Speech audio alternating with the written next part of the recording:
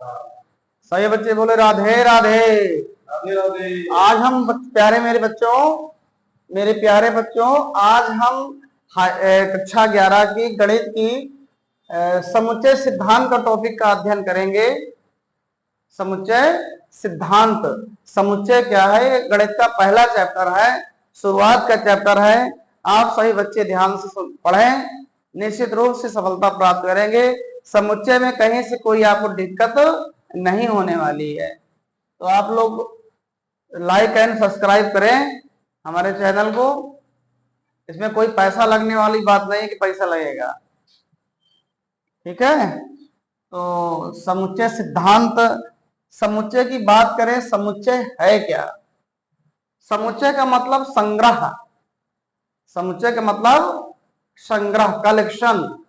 अब संग्रह करना है तो कैसे करें, कलेक्शन कैसे किया जाए, है ना। तो समुच्चय की कुछ परिभाषा दी गई है। परिभाषा ये है कि वस्तुओं का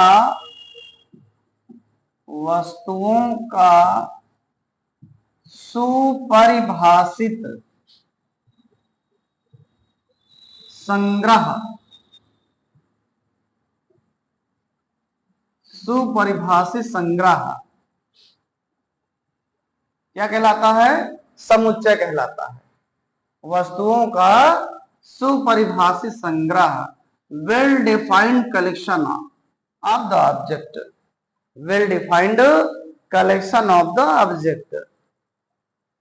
वस्तुओं का सुपरिभाषित संग्रह, well defined collection of the object.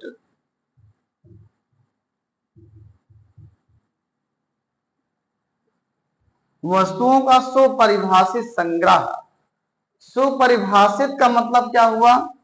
एक शब्द आया है, वस्तुओं का संग्रह करें। देखिए, संग्रह कोई नया शब्द नहीं है, संग्रह प्राचीन काल से चला आ रहा है। हम उसके विषय में प्राचीन काल से ही जानते हैं कि समुच्चय क्या चीज है। जैसे कहेंगे डिनर सेट, है ना, डिनर सेट है। कहेंगे जैसे खरीदना हो, टी सेट खरीदना है, चूड़ियों का सेट हो गया, है ना। ब्याह हुआ में देखते हैं, ब्याह मुंह दिखाई में क्या देते हैं? बर्तन का एक सेट दे देते हैं, यानी एक सेट बर्तन दिया इन्होंने, है ना। इस तरह से ये संग्रह जो है बहुत पुराने समय से आप लोग देख रहे हैं कि कलेक्शन क्या होता है। अब इसमें एक शब्द आ गया, सुपरिभाषित क्या है? सुपरिभाषित का अर्थ बताया जाए तो सुपरिभाषित का मतलब वस्तुएं सुनिश्चित और सुस्पष्ट हो। वस्तु सुपरिभाषित का मतलब क्या हुआ? सुपरिभाषित का मतलब हुआ, सुपरिभाषित का मतलब यह हुआ कि वस्तुएं सुस्पष्ट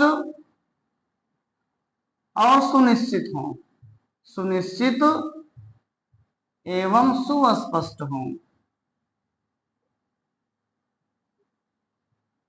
सुस्पष्ट, सुनिश्चित का मतलब क्या हुआ? सुनिश्चित का मतलब यह हुआ कि सुनिश्चित का मतलब यह हुआ कि वस्तु जो है कि हम स्पष्ट रूप से उस वस्तु के विषय में बता सकते हैं, है ना। और सुस्पष्ट का मतलब यह हुआ कि संग्रह में वस्तु केवल एक बार ही सम्मिलित मानी जाती है। संग्रह में जो वस्तुएं आप सम्मिलित कर रहे हैं वो केवल एक बार ली जाए। तो आपने पता किया कि वस्तुओं का सुपरिभाषित संग्रह समुच्चय कहलाता है। वस्तुओं के सुपरिभाषित संग्रह को समुच्चय या कुलक भी कहा जाता है। कुलक, है ना, कुलक भी कहते हैं, सेट कहते हैं। तो समझ में आया? तो संग्रह में जो वस्तुएं सम्मिलित होती हैं उसे कहते हैं, जो वस्तुएं सुस्पष्ट और सुनिश्चित वस्तुएं सम्मिलित होती हैं, उन्हें कहते हैं अवयव कहते हैं। उस समुच्चय के अवयव कहेंगे, समुच्चय के सदस्य कहेंगे, है ना। क्लियर। तो समुच्चय में कलेक्शन तो करेंगे, लेकिन कलेक्शन कैसा होना चाहिए? सुनिश्चित होना चाहिए और सुस्पष्ट होना चाहिए, है ना। बात समझ में आ गई होगी। सुनिश्चित का मतलब, सुनिश्चित का मतलब यह है कि हम उस वस्तु के विषय में, हम उस वस्तु के विषय में कह सकते हैं कि संग्रह में सम्मिलित है या नहीं है, इसका मतलब यह हुआ। ठीक है। जैसे ये कहें कि कक्षा 11 में विद्वान बच्चों का संग्रह, कक्षा 11 में आपने कुछ बच्चों का संग्रह किया, कलेक्शन किया, लेकिन वो विद्वान बच्चों का समुच्चय संग्रह किया, तो ये समुच्चय है या नहीं है? तो भाई हमारे दृष्टि से आज बच्चा विद्वान है गणित में और भौतिकी में विद्वान नहीं है, तो ये संग्रह सुनिश्चित नहीं है। समझ में बात आ गई। ये जो है समुच्चय नहीं है। ये कहेंगे कक्षा 11 में लंबे बच्चों का समुच्चय, तो कक्षा 11 में तो हम स्पष्ट रूप से नहीं कह सकते ना इसके विषय में। ये जो है समुच्चय नहीं होगा, है ना। अगर क्वालिटी कहे संग्रह में क्वालिटी आए तो समझ लो समुच्चय नहीं होना है। जैसे भारत के सर्वश्रेष्ठ बल्लेबाजों का संग्रह समुच्चय है या नहीं, तो हम कैसे बताएंगे? सर्वश्रेष्ठ बल्लेबाजों का संग्रह समुच्चय है या नहीं, कैसे बताएंगे? तो हमारी दृष्टि से कोई बल्लेबाज सर्वश्रेष्ठ है और आपकी दृष्टि से सर्वश्रेष्ठ नहीं है, इसलिए हम यहाँ स्पष्ट रूप से नहीं कह सकते कि कौन सा सर्वश्रेष्ठ बल्लेबाज है, अतः यह समुच्चय नहीं है। क्लियर हुआ। इसी प्रकार ये कह दें कि कक्षा 11 में गधों बच्चों का समुच्चय, जितने गधे हैं, तो गधे तो हमारे दृष्टि से नहीं है, किसी दृष्टि हो सकते हैं, इसलिए यह जो क्वालिटी आ रही है तो क्वालिटी में समुच्चय नहीं होता है। तो बात समझ में आ गई। समुच्चय कब होगा? जब सुनिश्चित और सुस्पष्ट हो तो वो समुच्चय होगा, सेट होगा, अन्यथा नहीं होगा। जैसे भारत के राष्ट्रपतियों का समुच्चय, भारत के राष्ट्रपतियों का संग्रह, यह समुच्चय है या नहीं? बिल्कुल है। भारत के राष्ट्रपति जानते हैं, है ना, कि डॉक्टर राजेंद्र प्रसाद से आज तक के राष्ट्रपति मुर्मू तक, द्रौपदी मुर्मू, है ना, ये सब संग्रह में सम्मिलित हैं राष्ट्रपतियों के। समझ में आ गया होगा। अब समुच्चय को दर्शाते कैसे हैं, है ना। समुच्चय का नोटेशन ऑफ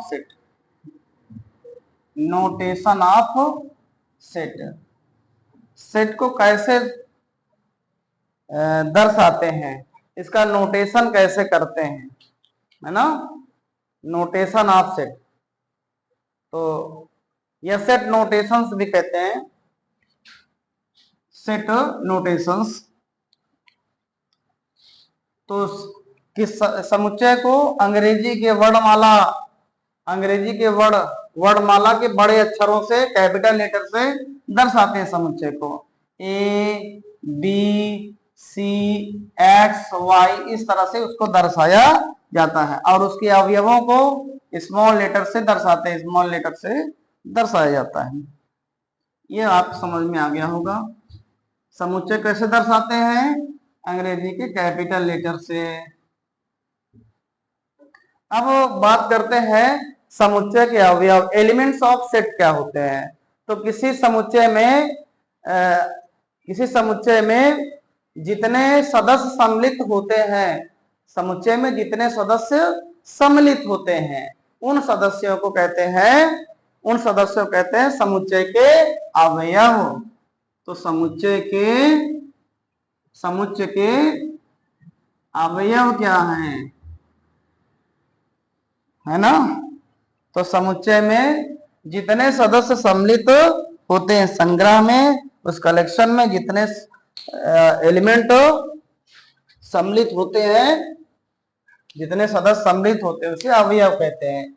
जैसे कोई सेट लिखा गया 1 2 3 4, एक क्या है, इस सेट का सदस्य है, इस सेट का अवयव है। 2 क्या है, इस सेट का सदस्य है। 3 क्या है, इस सेट का अवयव है। 4 इसका अवयव है ना। ठीक है, समझ में आ गया होगा। तो अब समुच्चय के प्रकार।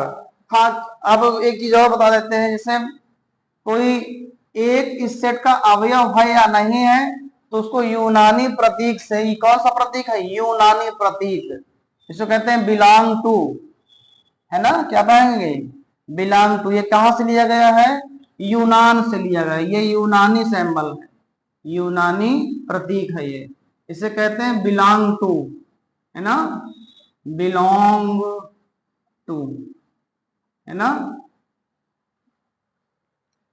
तो 1 इस सेट में बिलोंग करता है या नहीं करता, कैसे बताएंगे। एक इस समुच्चय का अवयव है या नहीं है, तो कैसे लिखेंगे, 1 बिलोंग टू दिस सेट, है ना। देखो, एक इस सेट का अवयव है कि नहीं है, ये में इसमें इसका सदस्य है कि नहीं है। तो क्या पढ़ेंगे इसको, 1 बिलोंग टू ये सेट। इसको अगर ऐसे नहीं, क्या 2 बिलोंग करता है इसमें कि नहीं, 2 बिलोंग करेगा कि नहीं, बिल्कुल बिलोंग करेगा। 2 जो है इसमें सदस्य है, इसलिए 2 इसके सेट का सदस्य है, सेट का अवयव है ना। तो 2 बिलोंग टू 1 2 3 4 सेट। 5 बिलोंग करता है कि नहीं इस सेट में, इस सेट का सदस्य है या नहीं है, तो इसमें देखेंगे 5 है ही नहीं है, इस सेट का अवयव नहीं है, तो इसको ऐसे काट देंगे। इसका मतलब 5 इस सेट का अवयव नहीं है। समझ में आ गया होगा। तो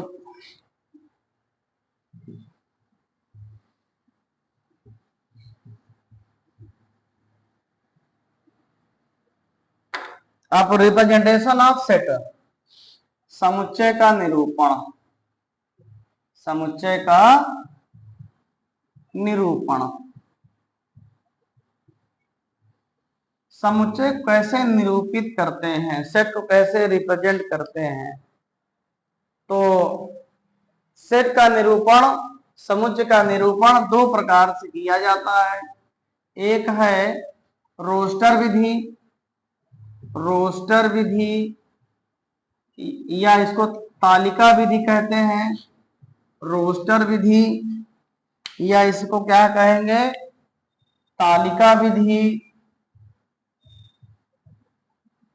तालिका विधि, या सारणी विधि कहते हैं, सारणी विधि, है ना। दूसरा नंबर, सेट को कैसे रिप्रेजेंट करते हैं। तो सेट को रिप्रेजेंट करते हैं सेट बिल्डर फॉर्म में, सेट बिल्डर फॉर्म, है ना। सेट बिल्डर फॉर्म, इसे कहते हैं समुच्चय निर्माण विधि, समुच्चय निर्माण विधि, सेट बिल्डर फॉर्म में, या इसे कहते हैं प्रॉपर्टी मेथड, प्रॉपर्टी मेथड कहते हैं इसको, है ना, प्रॉपर्टी मेथड या गुण विधि, गुण विधि। समझ में आया। तो समुच्चय को 2 प्रकार से निरूपित करते हैं, तालिका विधि, सारणी विधि, सूची विधि, रोस्टर विधि से। दूसरा नंबर, इसी को कहते हैं रोस्टर विधि, इसे कहते हैं तालिका विधि या सारणी विधि, कई नाम है। जैसे किसी का नाम, अगर किसी बच्चे का नाम स्कूल में दूसरा है, घर में दूसरा कहेंगे, उसके दोस्त लोग दूसरा कहेंगे, है ना। स्कूल में राघव नाम है, घर में कहेंगे उसको कल्लू कहेंगे, उसके दोस्त लोग उसको जो है दूसरे नाम से पुकारेंगे, है ना। तो एक ही नाम है, चाहे रोस्टर का है, चाहे तालिका का है, चाहे सारणी विधि का है। अब दूसरा है set builder form. Set builder form, इसका भी दो नाम है, समुच्चय निर्माण विधि या गुण विधि, प्रॉपर्टी मेथड या सेट बिल्डर फॉर्म, दो तरह से करते हैं। अब सब बात करते हैं रोस्टर विधि से, किसी समुच्चय को कैसे दर्शाएंगे। रोस्टर विधि से समुच्चय को कैसे दर्शाएंगे। तो रोस्टर विधि में समुच्चय के सभी सदस्यों को, समुच्चय के उस सेट के जितने भी संग्रह में सम्मिलित सदस्य होंगे, सभी सदस्यों को मझिले कोष्ठक के अंदर रख करके उन्हें कॉमा से अलग कर देंगे। जैसे जैसे दो से बड़ी और 20 से छोटी सम संख्याओं का समुच्चय, सम संख्याओं का समुच्चय, इसको जो है आपको रोस्टर विधि से लिखना है। तो आप पहले मझिला कोष्ठक बनाइए ऐसे, फिर दो से बड़ी, अब सोचो कि दो से बड़ी और 20 से छोटी कौन सी संख्या होगी, या और कम कर लेते हैं, 10 कर लेते हैं, चलो। सम संख्या कौन कौन होगी, दो से बड़ी पहली संख्या 4, फिर 6, 8, 10, 12, 14, 16, है ना, 18, ये लिख लिया। और इनको कॉमा से क्या कर दिया, अलग कर दिया। ये किस फॉर्म में हो गया, सारणी विधि हो गई, रोस्टर विधि हो गई। समझ में आ गया होगा। जैसे भारत के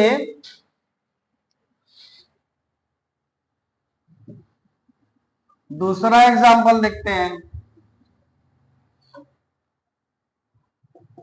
भारत के प्रधान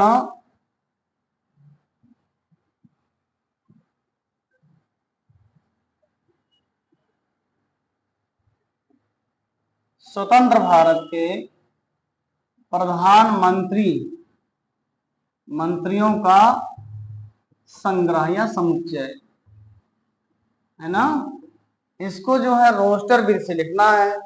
तो क्या क्या नाम है, पहला है पंडित जवाहरलाल नेहरू, है ना। फिर लाल बहादुर शास्त्री,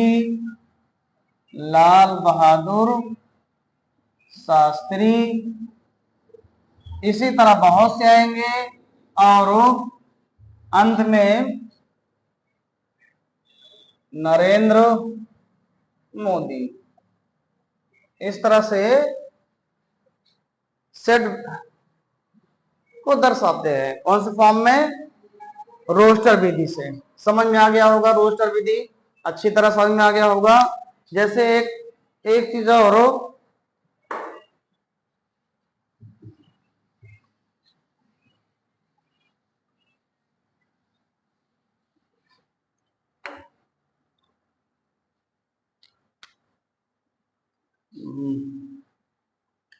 एक से 10 तक की विषम संख्याओं का समुच्चय, विषम संख्याओं का समुच्चय, इसको किस रूप में लिखना है, इसको लिखना है सारणी विधि से लिखना है ना, सारणी विधि से या तालिका विधि से लिखनी है। तो 1 से 10 तक की विषम संख्या 1, है ना, 3 5 7 9 है ना। इनको कॉमा से अलग कर दें, ये किस रूप में व्यक्त हो गया, ये व्यक्त हो गया तालिका विधि से।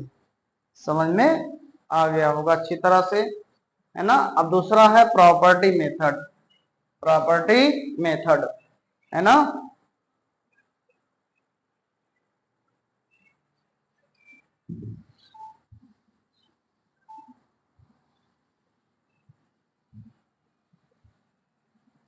प्रॉपर्टी मेथड में जैसे नाम से स्पष्ट है कि प्रॉपर्टी, तो समुच्चय को उसके अवयवों के विशेष गुण को लिखा जाता है, अवयवों को विशेष गुण को लिखा जाता है, उसकी प्रॉपर्टी है क्या उसको लिखा जाता है, उससे डिनोट किया जाता है। जैसे लिखा जाए वाह 2 4 6 8 10, ये लिखा जाए, ये सारणी विधि से लिखी गई, इसको कहेंगे समुच्चय विधि से लिखो, समुच्चय निर्माण विधि से। तो समुच्चय निर्माण विधि से कैसे लिखेंगे, इसका गुण क्या है पहले देखेंगे, इस सेट का गुण है क्या, ये है सम, ये है सम संख्या है। तो कैसे लिखेंगे, x कोई सेट है ए मान लीजिए, फिर यहाँ महिला कोष्टक लगाई, इसमें लिखो x, ये दो बिंदी, इसका मतलब है ऐसा है, इसको कहते हैं सच दैट, इस दो बिंदी का मतलब ये हुआ सच दैट, सच दैट ऐसा है या इस प्रकार है कि, है ना। तो x क्या है, x क्या चीज है, इसको डिफाइन किया जाएगा, s जो इसका गुण होगा वही लिख दिया जाएगा। x क्या है, x है एक सम संख्या है, सम संख्या। अब कहां से कहां तक संख्या है, x का मान 2 से कम या बराबर और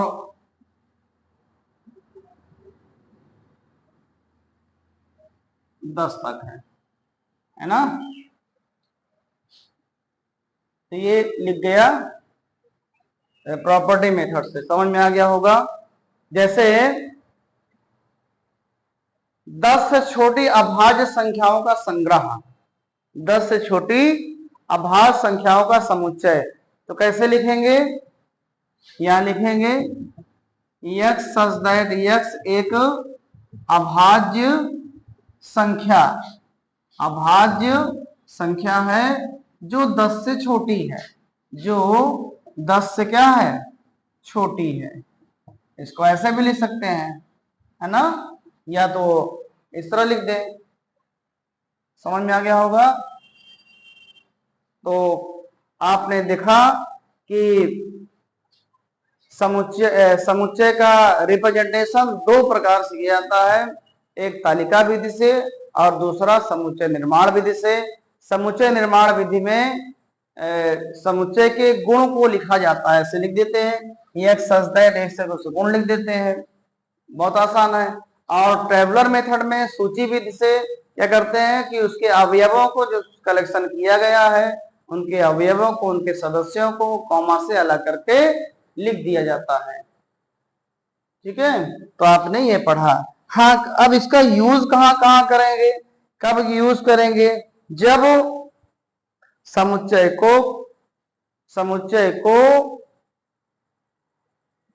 टेबुलर विधि से लिखना संभव ना हो तब इससे लिखा जाता है। अगर समुच्चय को सूची विधि से या सारणी विधि से लिखना संभव नहीं है तब हम जो है इसको इस विधि से लिखते हैं, समुच्चय निर्माण विधि से लिखते हैं। जैसे कहा जाए एक से ऐसे एक का नाम लिया जाए, क्या कहा जाए कि अभाज्य संख्याओं का संग्रह, अभाज्य संख्या। तो अगर इसको समुच्चय निर्माण से लिखेंगे तो क्या लिखेंगे, x सच दैट x अभाज्य संख्या, ऐसे लिख देंगे, हो गया। और अगर आपको टेबुलर मेथड से लिखना है सूची विधि से, तो क्या करेंगे, 1 2 3 4 5 6 7 का पता लिखे रहेंगे, इसकी कोई सीमा नहीं है। तो यहाँ पर सूची विषय लिखना संभव नहीं है, सारणी विषय लिखना संभव नहीं है, इसलिए प्रॉपर्टी मेथड यूज किया जाता है।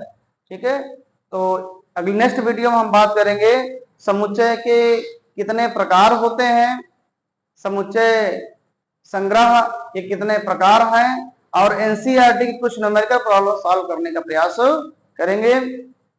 इसके बाद सब लोग शेयर एंड सब्सक्राइब जरूर करें। धन्यवाद।